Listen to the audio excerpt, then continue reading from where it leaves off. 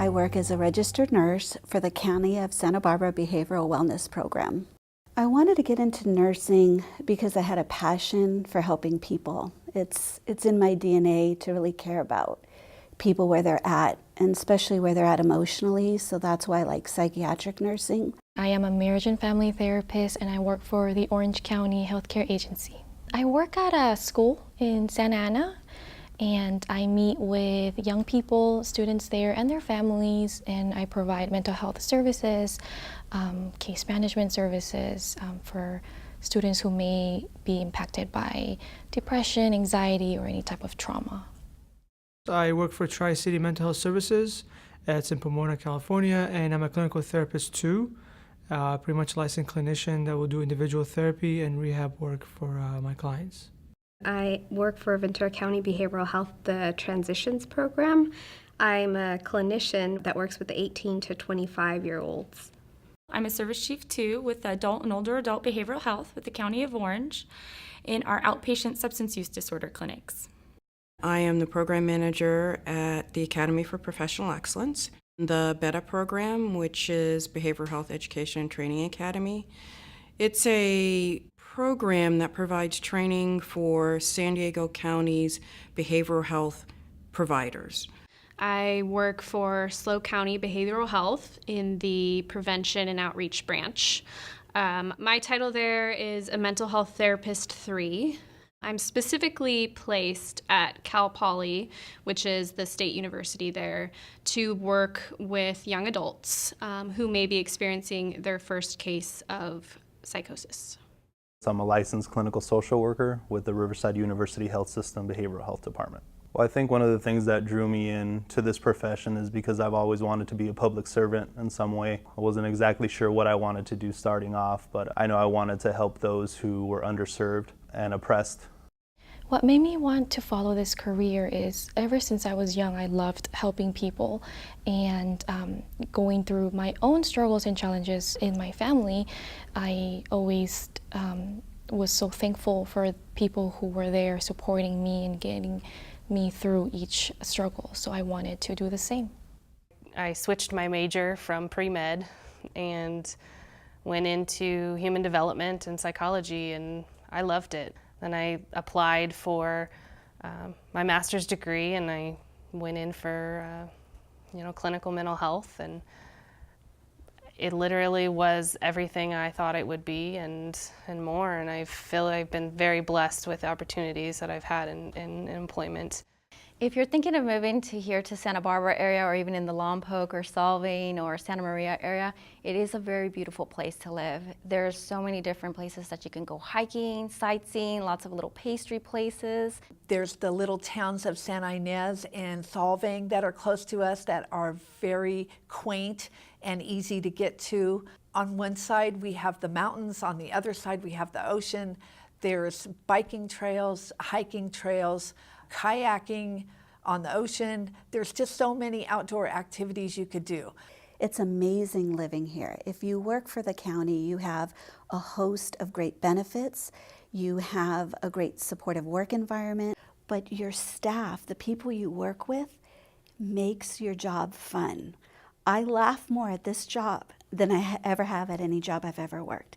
The work I do is very rewarding. Giving back to the community and giving back for just seeing people succeed makes me happy. You can work with children, you could work with the elderly population, you could work with substance use disorders, you could do the traditional outpatient services, you could do crisis services. There's so many different avenues to take, and there's also a lot of promotional opportunities. In the 10 years that I've been with the county, I've promoted twice. So I'm currently a clinic supervisor. Before that, I was a CT2, and I started as a pre-licensed clinician, and then I got licensed and became a clinician. I didn't plan on being here this long, but I've gotten so much out of it personally, and I've grown so much professionally. I wouldn't trade this for anything.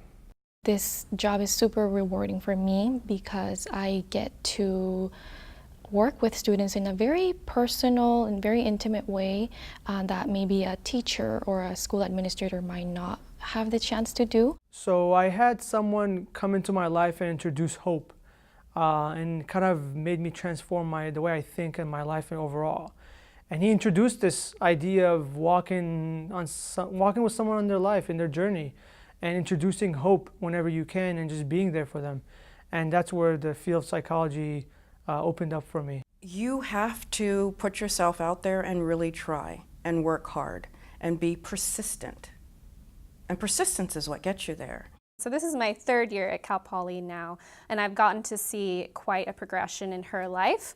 When she first came in to see me, she was suicidal. She did have to go to the hospital while I was with her, but that's kind of what she needed to get back on her feet. And now she's going to be graduating next year, she's getting great grades, and she's learning how to be proactive about her health, and it's been really rewarding for me to see. I think there's certain prerequisites, maybe character qualities that probably all successful counselors share. One is empathy, compassion, the ability to put yourself in another person's shoes and see the world through their eyes is extremely important to being successful. So when I see a family who's just very thankful, and I've had a lot of it, a lot of acknowledgement and just gratitude. You know, it's very, very rewarding.